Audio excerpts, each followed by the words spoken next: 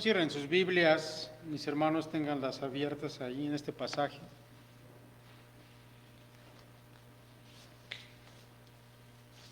Espero, mis hermanos, que vayan en sintonía con lo que se ha venido predicando, que sigan teniendo en mente la predicación anterior. Mis hermanos, esta epístola de Pablo es una expresión sistemática de lo que es el Evangelio. Y cuando digo sistemática, quiere decir ordenadamente. Pablo lleva todo un hilo, una secuencia, un argumento. Por eso es que en todas las predicaciones siempre les damos una breve introducción de lo anterior, para que sigamos ese hilo. Me voy a permitir leer unos 3 versos del pasaje anterior para conectar con lo que vamos a ver el día de hoy. Romanos capítulo 5, a partir del verso 19, dice así: porque así como por la desobediencia de un hombre los muchos fueron constituidos pecadores, así también por la obediencia de uno los muchos serán constituidos justos. Pero la ley se introdujo para que el pecado abundase, mas cuando el pecado abundó, sobreabundó la gracia, para que así como el pecado reinó para muerte, así también la gracia reine por la justicia para vida eterna, mediante Jesucristo, Señor nuestro. Mire, dice aquí Pablo en estos versos que por la transgresión de ese un mandamiento, el que Dios le dio a Adán de no tomar de aquel fruto, sin embargo, mis hermanos, Adán transgredió ese mandamiento. La ocasión pasada se nos explicó que era una transgresión, es romper un mandamiento, es violar una ley. Y nosotros sabemos, mis hermanos, que Adán había sido constituido como la cabeza representativa de la raza humana. Por eso fue, mis hermanos, que cuando Adán rompe este mandamiento, desobedece a Dios, se rebela contra Dios, en él, en Adán, toda su descendencia también fue declarada culpable de pecado. Después, dice Pablo, un tiempo más adelante, Dios introdujo la ley. Sin embargo, mis hermanos, esta ley nada podía hacer para solucionar el pecado, porque de hecho ni siquiera era ese su propósito. Más bien, la ley vino a poner al descubierto de manera clara al pecado. Pero no solamente eso, mis hermanos. Cuando la ley es introducida, el pecado se ensañó aún más, se multiplicó. Porque una de las características del mal, una de las características del pecado, es que ante el mandamiento santo de Dios, el pecado se multiplica todavía más. Ante ese escenario oscuro, Dios envió a su Hijo y por su obediencia perfecta a Dios en su muerte, y siendo Él, Jesucristo, al igual que Adán, por eso se le llama segundo Adán, una cabeza representativa de los hombres, nosotros los que creemos somos declarados justos. Por eso Pablo concluye diciendo que cuando abundó el pecado, sobreabundó la gracia. Y es por esta gracia superabundante que en nosotros ahora reina la vida eterna y no la muerte, como cuando estábamos identificados con el primer Adán. Mis hermanos, ese es el hilo de lo que se nos vino diciendo la predicación anterior. Ahora, antes de pasar a este capítulo 6, yo debo decir que hasta aquí, capítulo 5, la justificación ha sido explicada desde el punto de vista legal, desde el lado en que la culpa, porque es un asunto legal, un juicio, hay una culpa, esa culpa nuestra por el pecado de Adán y por nuestros propios pecados también, fue quitada y puesta en el Señor Jesucristo para que el castigo cayera sobre Él y en nosotros no cayera el castigo, sino la justicia de Cristo. Pero hasta aquí, mis hermanos, hasta aquí, aún no se ha hablado de esa transformación sobrenatural, que al mismo tiempo que somos declarados inocentes o justos, también tiene lugar en nosotros y que nos va a llevar a una nueva forma de vivir, que ya nada tiene que ver con el primer Adán, sino ahora con el segundo Adán, nuestro Señor Jesucristo. Dicho eso, mis hermanos, vamos pues a la Escritura y hablemos de estas cosas. Dice el apóstol Pablo, ¿qué pues diremos? ¿Perseveraremos en el pecado para que la gracia abunde? En ninguna manera, porque los que hemos muerto al pecado, ¿cómo viviremos aún en él? ¿O no sabéis que todos los que hemos sido bautizados en Cristo Jesús, hemos sido bautizados en su muerte? ¿Ir pecando para que esta gracia continúe multiplicándose? Bueno, mis hermanos, esta pregunta que hace Pablo no es una que tuviera él, más bien es una pregunta que él cita y que probablemente provenía de sus enemigos, de los enemigos del Evangelio, porque a lo largo de su ministerio se le acusó en muchas ocasiones de esto, de que más bien esa predicación del Evangelio de gracia lo único que hacía era lanzar a la gente en un libertinaje donde podía seguir pecando. Y esa forma de pensar, mis hermanos, me recuerda mucho a los hombres del día de hoy, porque aunque han pasado casi 2000 años, la verdad es que el pensamiento humano no ha cambiado mucho tocante a lo espiritual. Y así como había algunos en aquel tiempo que tenían este pensamiento, estas preguntas, yo creo que también en el día actual los hay. ¿Ha escuchado usted a aquellos que cuando se les habla acerca de cambiar su manera de vivir,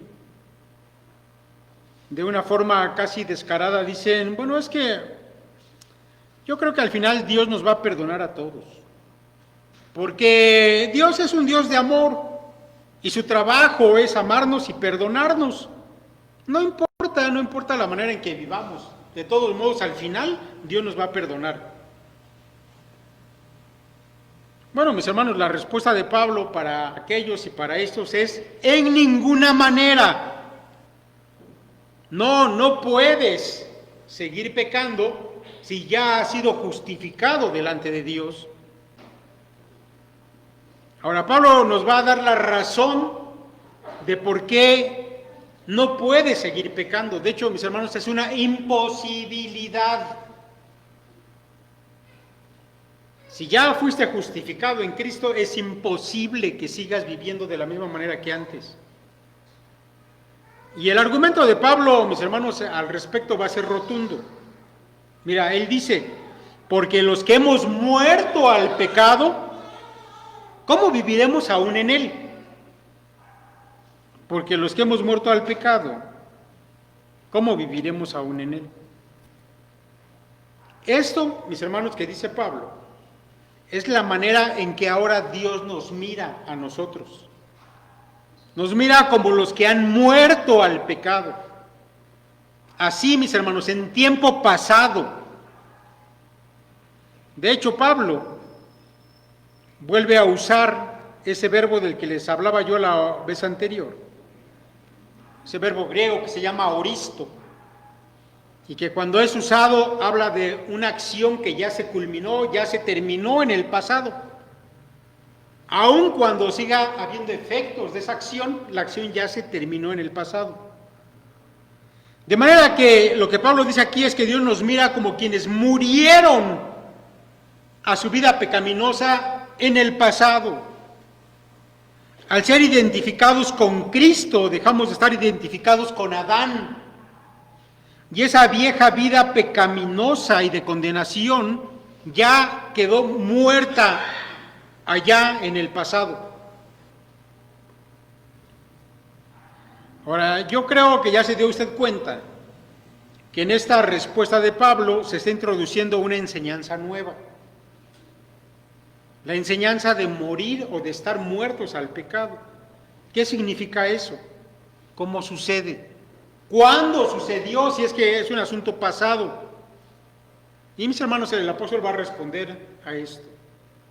Dice él, ¿o no sabéis que todos los que hemos sido bautizados en Cristo Jesús, hemos sido bautizados en su muerte? La frase bautizados en Cristo, mis hermanos, es el término clave para entender la enseñanza de este pasaje. De hecho, a la predicación yo la titulé así, bautizados en Cristo. Mire, la palabra griega que se utiliza aquí para bautizados es la palabra ebaptistemen, que no es otra cosa que la conjugación del verbo baptizo, que simplemente significa sumergir. Pero mire, yo quiero ir más allá de solamente decir que significa sumergir. Porque, mis hermanos, curiosamente hay dos palabras en griego que provienen de la misma raíz, pero no significan necesariamente lo mismo, que se utilizan en el Nuevo Testamento. Mire, aparte de la palabra baptizo, existe también la palabra bapto. Y esa palabra bapto significa mojar o sumergir también. Sin embargo, entre ambas palabras hay una diferencia. Y quiero citar un ejemplo que da un erudito prestigioso del griego, Joseph Thayer. Y él dice lo siguiente, y lo quiero compartir con usted, ponga atención. Dice Joseph Thayer, dice, el ejemplo más claro que muestra el significado de bautizo es un texto del poeta griego y médico Nicandro, que vivió alrededor del 200 a.C. Y es una receta para hacer encurtidos, y es de gran ayuda, ya que utiliza ambas palabras, bapto y baptizo. Mire, Nicandro dice que a fin de hacer un pepinillo, la verdura debe primero ser sumergida en agua hirviendo, y aquí utiliza la palabra bapto, sumergida en agua hirviendo, bapto. Y luego, después de eso, tiene que ser sumergido, baptizo, aquí utiliza la otra palabra baptizo, en una solución de vinagre. Ahora dice Nicandro, ambos verbos se refieren a la inmersión de los vegetales en una solución. Pero en el primer caso, bapto, cuando se sumerge en el agua hirviendo, es sumergido temporalmente.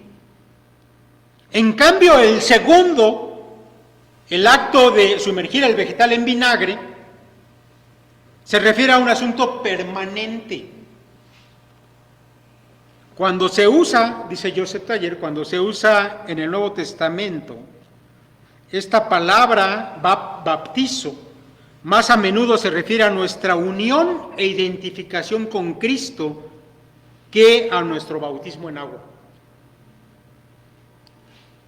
Ser sumergidos en Cristo o bautizados en Cristo, mis hermanos, es una verdad espiritual maravillosa y sobrenatural, que es producida en nosotros por el poder de Dios en el momento en que nosotros creemos para salvación. Pero ¿sabe qué es lo maravilloso? Que permanecemos unidos a Cristo para siempre. No es algo temporal, como cuando te bautizas en agua y decimos a veces es un remojón. No, aquí cuando se habla de ser bautizados en Cristo es algo permanente. Ahora, acerca de ser sumergidos en Cristo o unidos a Cristo, John MacArthur nos da una explicación que a mí me pareció excelente, por eso se las comparto. Lo hubiera podido explicar en mis propias palabras, pero me pareció muy buena la explicación de John MacArthur, muy concisa y en cuanto a la verdad que nos dice, mis hermanos, es maravillosa. Mire, dice, una de las verdades más preciosas de todas las Escrituras es la doctrina de la unión del creyente con el Señor Jesucristo. El concepto de estar unidos a Él habla de la intimidad espiritual más vital que se puede imaginar entre el Señor y su pueblo. Aunque Cristo se relaciona con los creyentes como Señor, como el amo, como su Salvador, como su Maestro, no están meramente asociados con Él como objeto de su gracia salvadora y su amor. No es que los cristianos adoren simplemente a Jesús, lo obedezcan u oren a Él, aunque estos privilegios serían desde luego suficientes. En su lugar, se identifican tan íntimamente con Él y Él con ellos, que las Escrituras aseveran que están unidos. Él está en ellos y ellos están en Él. El Señor y su pueblo comparten una vida espiritual común, de tal manera que Pablo puede afirmar que nuestra vida está escondida con Cristo en Dios, Colosenses 3:3. Que Cristo mismo es nuestra vida, Colosenses 3:4. Y que Cristo vive en nosotros, Gálatas 2:20. Unido a su pueblo de esta forma, continúa diciendo John MacArthur, Cristo actúa como representante y sustituto de ellos. Es decir, Dios considera que aquello que Cristo ha realizado en nombre de su pueblo ha contado para ellos como si lo hubieran hecho ellos mismos. Por la unión con Cristo, los creyentes han sido crucificados con Él, Gálatas 2:20. Han muerto con Él, Romanos 6:8. Han sido sepultados también con Él, Romanos 6:3. Y han resucitado con Él y hasta han sido entronizados en el cielo con Él, Efesios 2:6. Fin de la cita de John MacArthur.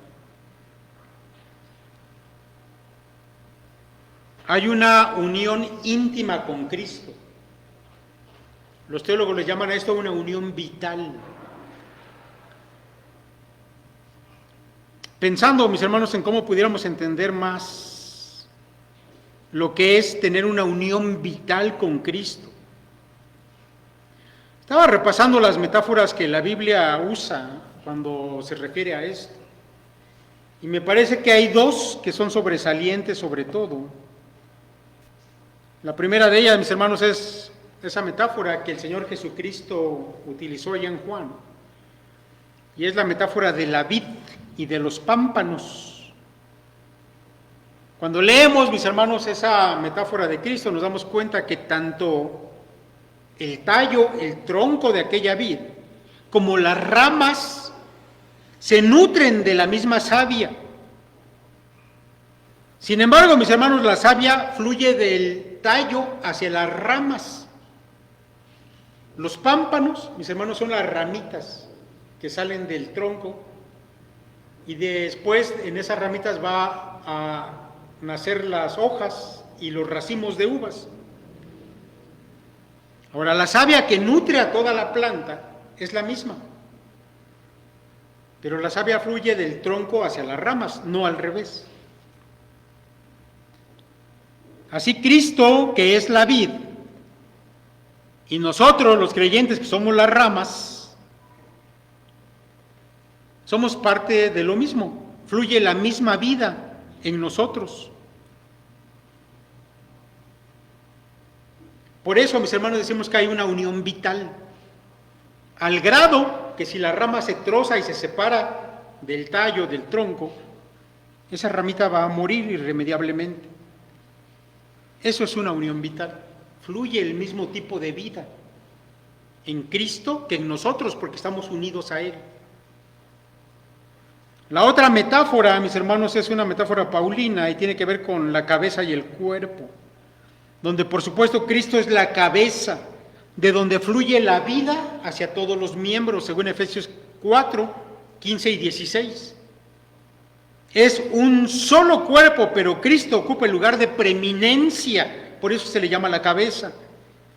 Y en la metáfora de Pablo, mis hermanos, es de la cabeza, de quien los demás miembros reciben su crecimiento. Así lo dice Pablo literalmente. Por eso hay una unión vital Si un miembro no está unido a la cabeza, no se va a desarrollar, se va a morir. Lo mismo pasa con los cristianos. Es más, puede haber alguien que diga que es cristiano, pero si no tiene esa unión vital con Cristo, es alguien que lo va a evidenciar en su vida. No va a haber crecimiento, no va a haber cambio, no va a haber transformación. Ahora, tomando todo esto en cuenta, mis hermanos, volvamos a nuestro texto. ¿O no sabéis que todos los que hemos sido bautizados en Cristo Jesús, hemos sido bautizados en su muerte? Lo que dice Pablo es que al estar unidos a Cristo de esa manera, sumergidos en Él, también hemos sido sumergidos en su muerte. En esa muerte que Él experimentó como resultado de llevar nuestros pecados sobre su santa persona, porque estábamos unidos con Él. Ahora, aquí quiero explicarles, mis hermanos, algo más. Mire, yo sé que muchas de esas predicaciones, por ser un texto sobre todo teológico, pudiera resultar a veces tal vez un poco tedioso o aburrido, pero yo espero que no sea así, que de verdad haya un interés por saber más acerca de la Escritura, de la explicación que hay en ella. Y eso que les voy a comentar, mis hermanos, tiene que ver con distinguir algunas cuestiones bíblicas que son importantes. Y es más, quiero decirle que incluso hay escritores, hay teólogos que en estas partes fallan a la hora de interpretarlas. Mire, ya en la predicación anterior se nos dijo, mis hermanos, que así como Adán es representante de toda la raza humana, Cristo, a quien se le llama el segundo Adán, también es un representante o llega a ser un representante de la humanidad. Ahora, ¿cuándo sucedió eso? Bueno, sucedió, mis hermanos, cuando el Verbo eterno, la segunda persona de la Trinidad, se hizo hombre y vino a este mundo. De hecho, mis hermanos, la razón de que el Verbo se hubiera encarnado es que pudiera llegar a ser nuestro representante delante de Dios. Era necesario que se hiciera hombre. Así que cuando Cristo se encarna, Él se constituye en representante nuestro. Así como un sacerdote representaba al pueblo delante de Dios. Ahora, debo decir, mis hermanos, que Cristo fue representante de toda la raza humana. Sin embargo, el asunto no se queda allí. Él también llegó a ser nuestro sustituto. Ahora, representante y sustituto no es lo mismo.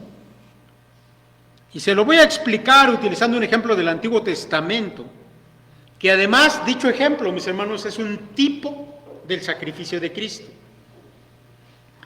Mire, como parte del ritual del día de la expiación, que encontramos detallado allá en Levítico capítulo 16, se nos cuenta que el sacerdote Aarón tenía que hacer una serie de cosas en ese ritual.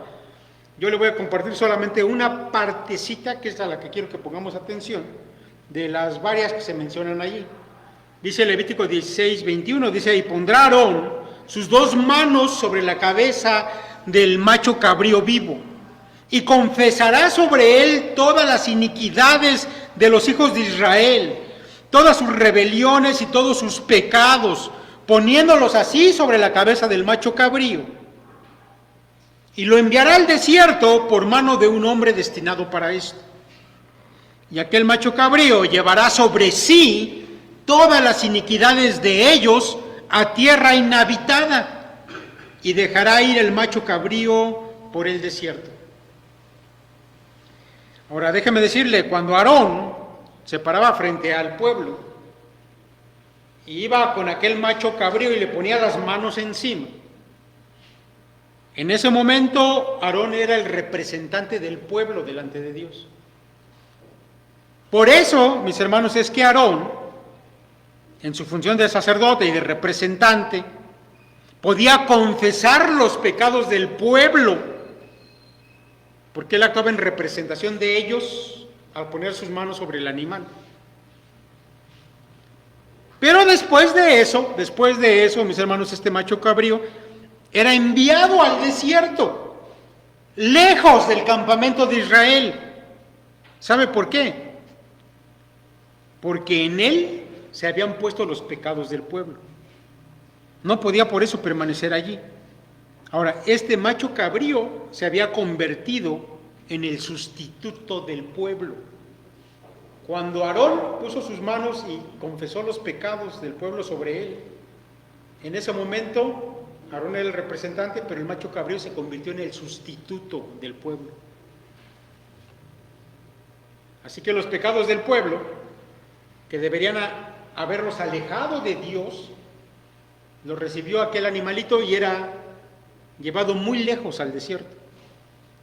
Ahora, volviendo a Cristo, mis hermanos, Él fue representante de toda la raza humana porque se hizo hombre.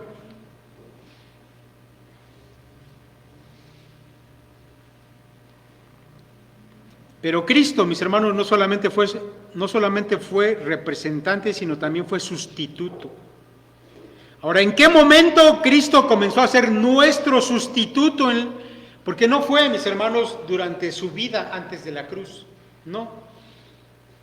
Cristo solamente fue nuestro sustituto a partir de que Él fue puesto en la cruz, así como aquel macho cabrío era el sustituto en el momento en que recibía los pecados del pueblo.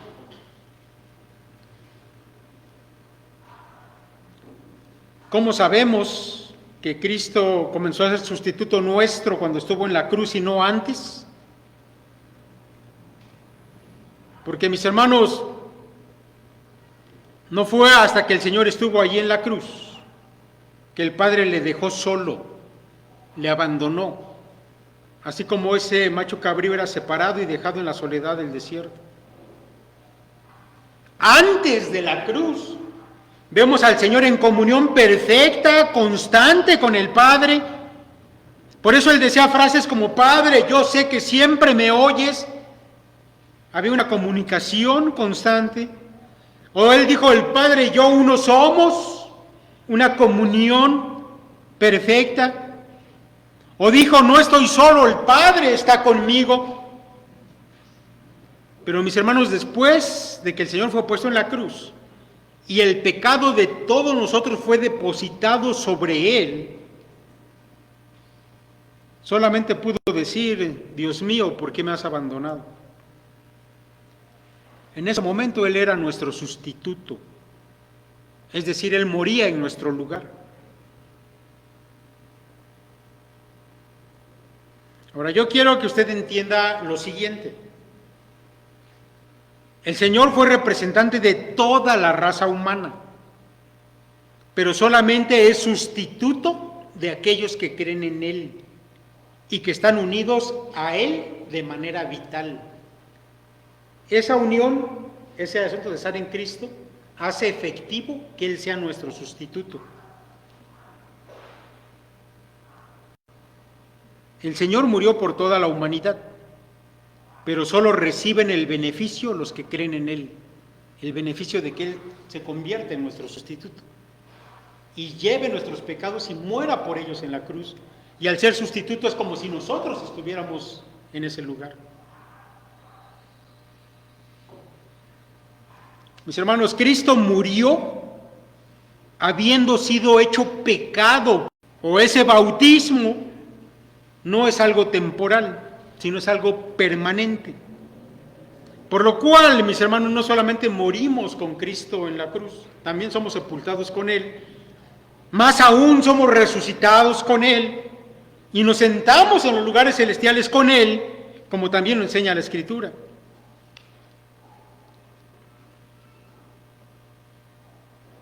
¿O no sabéis que todos los que hemos sido bautizados en Cristo Jesús hemos sido bautizados en su muerte?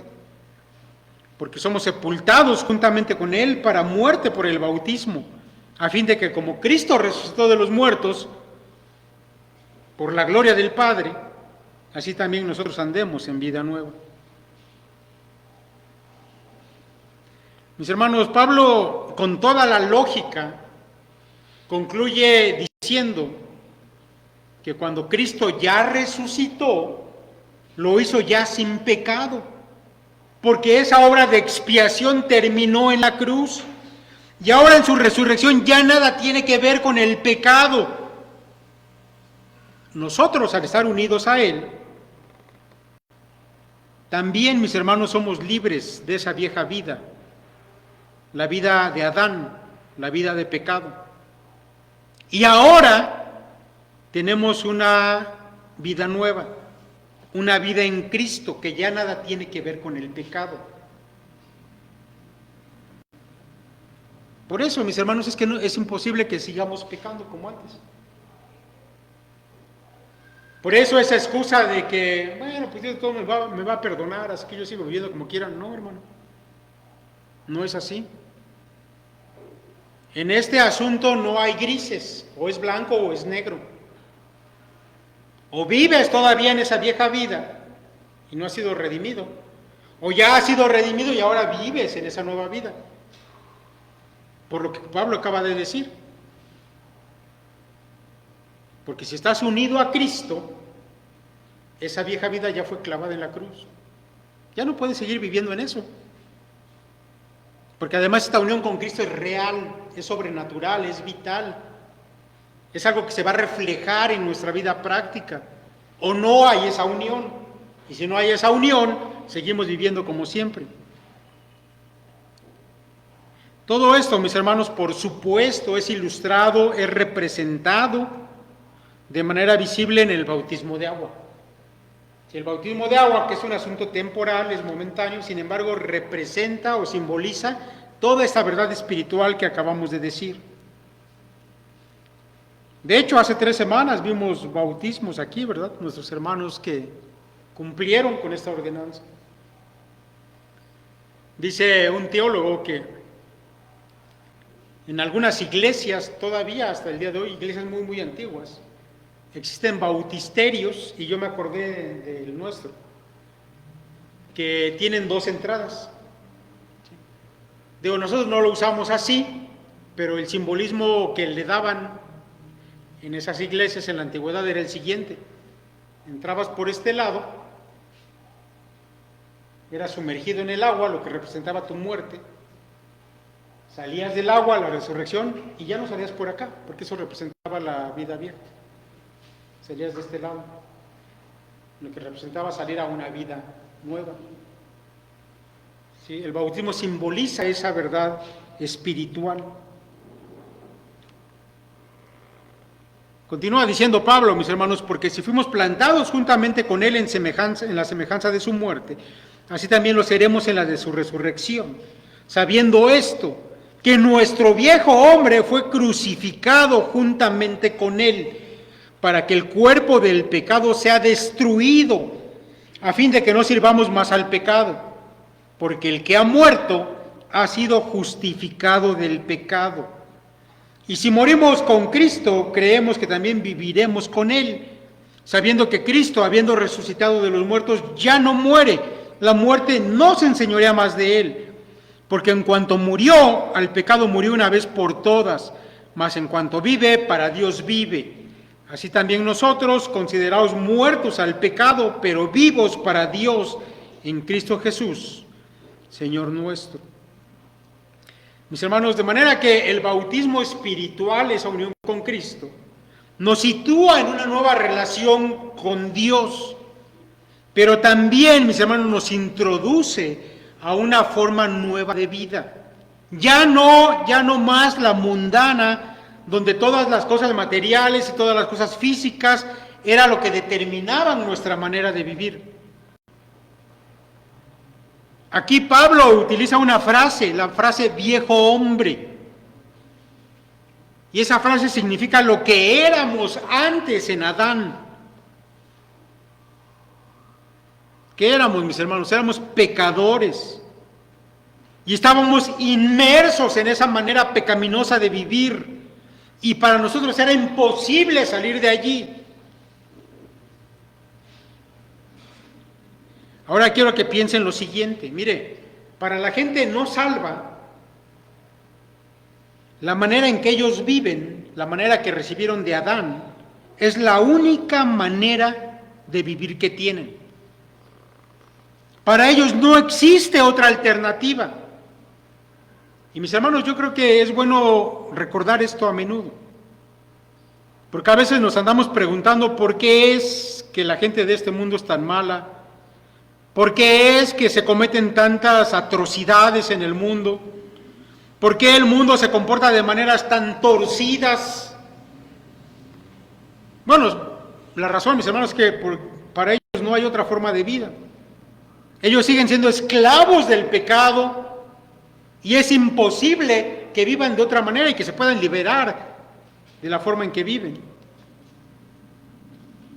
Pero mis hermanos, para nosotros, los que hemos sido bautizados en Cristo, ese viejo hombre ya ha sido crucificado, ya fue puesto en la cruz de Cristo. Dice Pablo, para que el cuerpo del pecado sea destruido, a fin de que no sirvamos más al pecado. Y aquí quiero hacer una aclaración que es importante. Mire, la frase el cuerpo de pecado, como lo llama Pablo, significa nuestro cuerpo cuando estaba al servicio del pecado. El cuerpo de pecado, mis hermanos, significa nuestro cuerpo cuando antes de conocer a Cristo estaba al servicio del pecado. Y estar al servicio del pecado significa que éramos esclavos de ese poder pecaminoso. Ahora, en nuestras versiones dice allí que ese poder pecaminoso, que esa naturaleza pecaminosa ya fue destruida. Pero mis hermanos, hay que hacer la aclaración. La palabra destruido no traduce correctamente la palabra griega. Y normalmente no me gusta hacer anotaciones en mi Biblia. De hecho, si ven mis Biblias, no tienen ninguna anotación, ninguna de ellas. Pero si usted puede ahí en letras chiquitas ponerle a su Biblia, póngaselo debajo de destruida. La palabra correcta quiere decir inoperante o inactiva. Eso es lo que quiere decir realmente. Eso quiere decir, mis hermanos, que esa naturaleza caída, pecaminosa, que nos esclavizaba al pecado, haga de cuenta que el Señor la desconectó y ¡fum!, se apagó. De manera que ya no puede obligarnos a pecar. Aún existe en nosotros, pero ya no está activa, de manera que ahora te obligue a pecar. Y que no tengas otra alternativa como la gente del mundo que no tiene de otra. Toda la gente que no conoce a Cristo, que no ha entregado su vida a Cristo, ellos viven de esa manera, no hay de otra, están obligados a hacerlo. Es su naturaleza. Para nosotros no. Esa naturaleza quedó inactiva, ya no, a pesar de que está allí, ya no te obliga. Ahora, mi hermano, el hecho de que aún esté allí,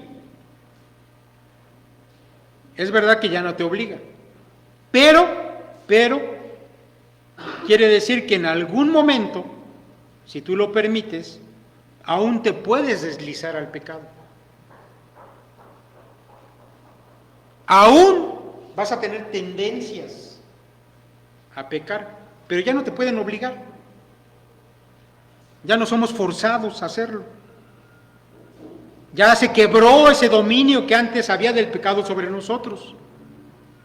Ahora, en cambio, no solamente podemos vivir una vida diferente, sino en contra de la vida que antes vivíamos. Por eso los cristianos vivimos contracorriente. En tanto que el mundo va en esta dirección, nosotros venimos en esta otra. Por eso chocamos con el mundo. Por eso cada tema, cada asunto que el mundo trae, nosotros chocamos directamente contra eso. Porque mis hermanos, al ser liberados de esa manera de vivir, ahora vivimos contracorriente. Mis hermanos, aunque Pablo no lo llama aquí de esta manera, Pero yo sí lo quiero aclarar. Lo que ahora está Pablo considerando en todo este pasaje es lo que en teología se conoce como santificación. De hecho, la Biblia también lo llama así, somos santificados. Aquí Pablo ya no está hablando de ese proceso de transformación de nuestra vida hasta que lleguemos a ser como Jesucristo. Para que eso pudiera suceder, para que ese proceso pudiera tener lugar, mis hermanos, era necesario que fuéramos sumergidos en Cristo, que recibiéramos al Espíritu Santo. De hecho, Cristo mismo vive en nosotros. Por eso ahora marchamos en un camino de santidad. Mira, el teólogo español Samuel Pérez Millos dice algo que me llamó mucho la atención. Dice que nuestra unión con Cristo en su muerte, ahí en la cruz, nos ha librado de las 3 cadenas del pecado que nos aprisionaban antes. Y lo quiero compartir contigo. De hecho yo sí me lo imagino. Me imagino esas cadenas que nos tenían ahí atados, viviendo como esclavos del pecado.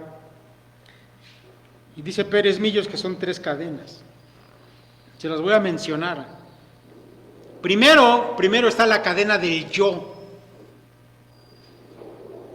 Pablo dice allá en Gálatas 2:20, con Cristo estoy juntamente crucificado y ya no vivo yo, mas vive Cristo en mí.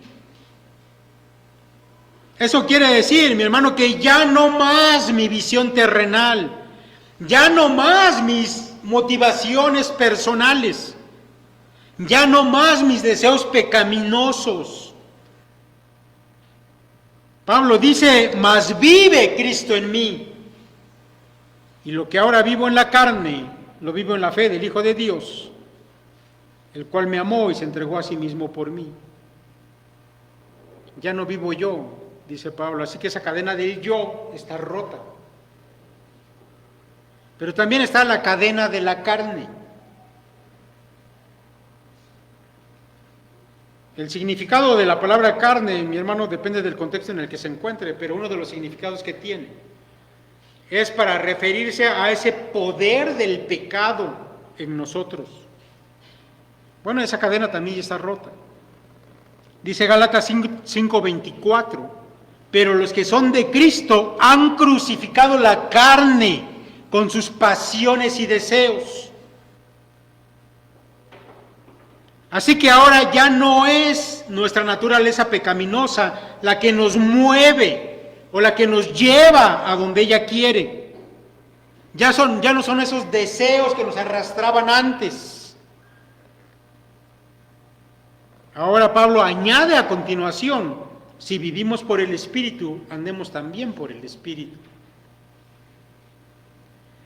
Ahora yo quiero que vayas pensando en estas cosas, porque esto ya es lo práctico. ¿Sí? La explicación teológica de Pablo tiene, por supuesto, una aplicación práctica. De verdad, mi hermano, ya no es tu yo el que manda tu vida. Ya no son tus aspiraciones personales, tus metas, tus motivaciones,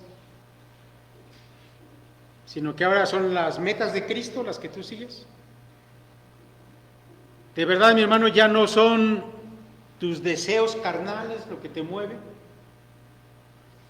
lo que determina cómo hablas, cómo piensas, qué buscas en este mundo. ¿Ya andas por el Espíritu y no por la carne? ¿Por qué vale la pena reflexionar en eso, mi hermano? Porque eso va a demostrar si estás unido a Cristo o no, si has sido bautizado en Cristo o no. Y la tercera cadena es la cadena del mundo. Ya sabe usted que cuando la Biblia habla del mundo se refiere a ese sistema terrenal gobernado por el diablo, que mantiene a los hombres atrapados, que hay una corriente que los arrastra y los lleva de manera irremediable a la perdición. Pero la Escritura dice, Gálatas 6:14, pero lejos esté de mí gloriarme, sino en la cruz de nuestro Señor Jesucristo, por quien el mundo me es crucificado a mí y yo al mundo.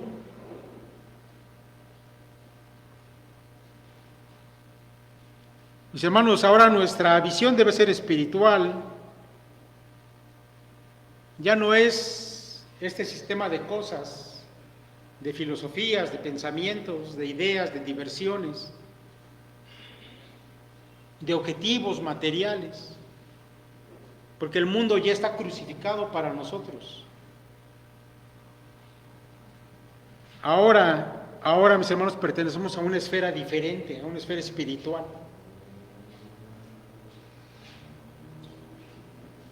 Haber muerto al pecado con Cristo y resucitado con Él, mis hermanos, trae un cambio completo de vida.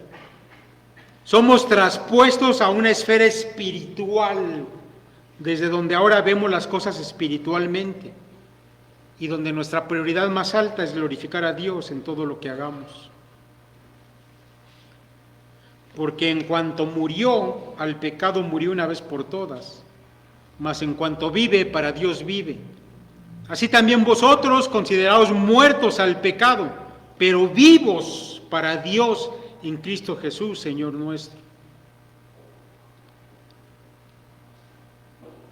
Bien, mis hermanos, Pablo va a terminar, ya estamos llegando a la parte final, Pablo va a terminar con una exhortación, o más bien con un mandamiento, porque se encuentra en imperativo lo que le voy a leer a continuación. Verso 12 dice Pablo: no reine pues el pecado en vuestro cuerpo mortal, de modo que lo obedezcáis en sus concupiscencias, ni tampoco presentéis vuestros miembros al pecado como instrumentos de iniquidad, sino presentaos vosotros mismos a Dios como vivos de entre los muertos, y vuestros miembros a Dios como instrumentos de justicia, porque el pecado no se enseñoreará de vosotros, pues no estáis bajo la ley, sino bajo la gracia.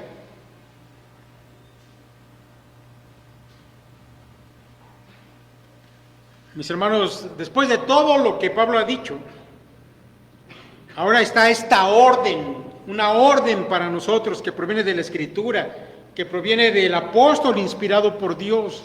No reine en ustedes ya el pecado, pero ya se dio cuenta, quiero que lo note, que Pablo dice: no reine pues el pecado en vuestro cuerpo mortal. Ahora, ¿por qué Pablo llama cuerpo mortal al ser humano que ha nacido de nuevo?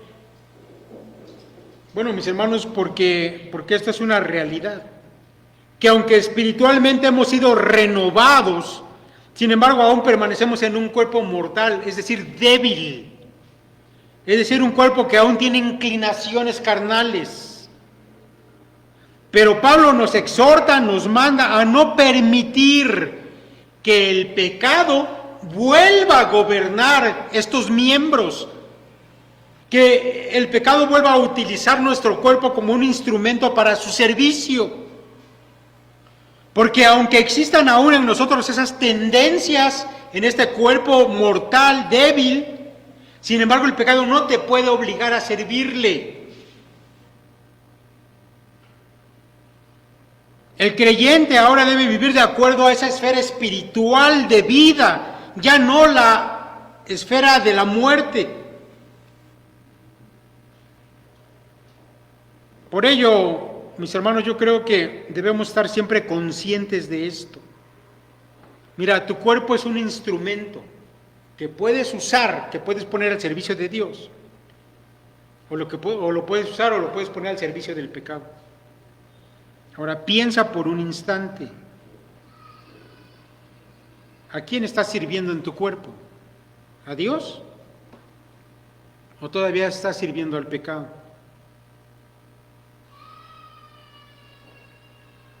El pecado ya no te puede obligar, ahora depende de ti. ¿A quién quieres entregar tus miembros para servir? Mira, como cristiano debemos estar conscientes de esto que les estoy diciendo. Porque como ya hemos escuchado, las cadenas del pecado ya están rotas, ya no te atan. ¿Por qué sigues viviendo así?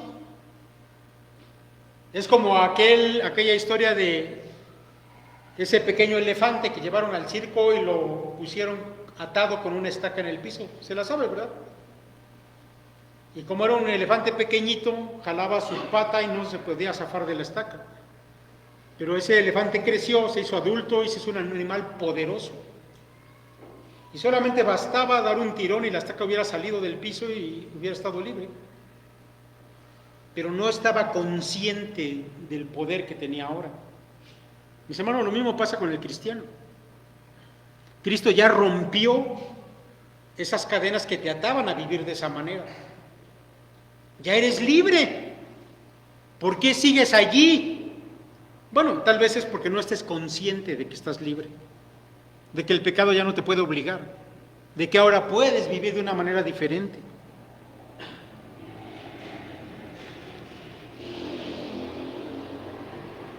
Mi hermano Pablo concluye diciendo algo muy, muy interesante.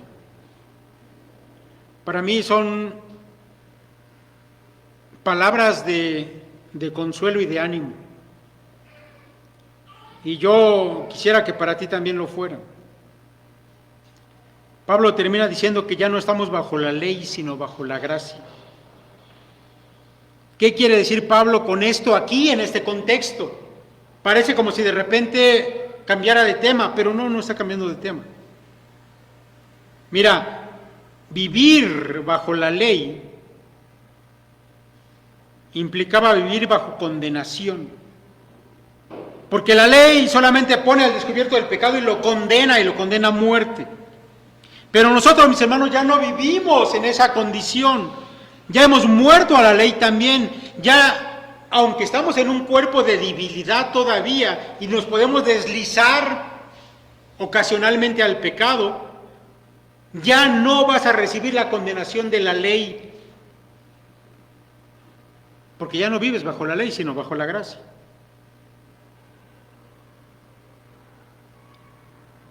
Y la gracia de Dios, mi hermano,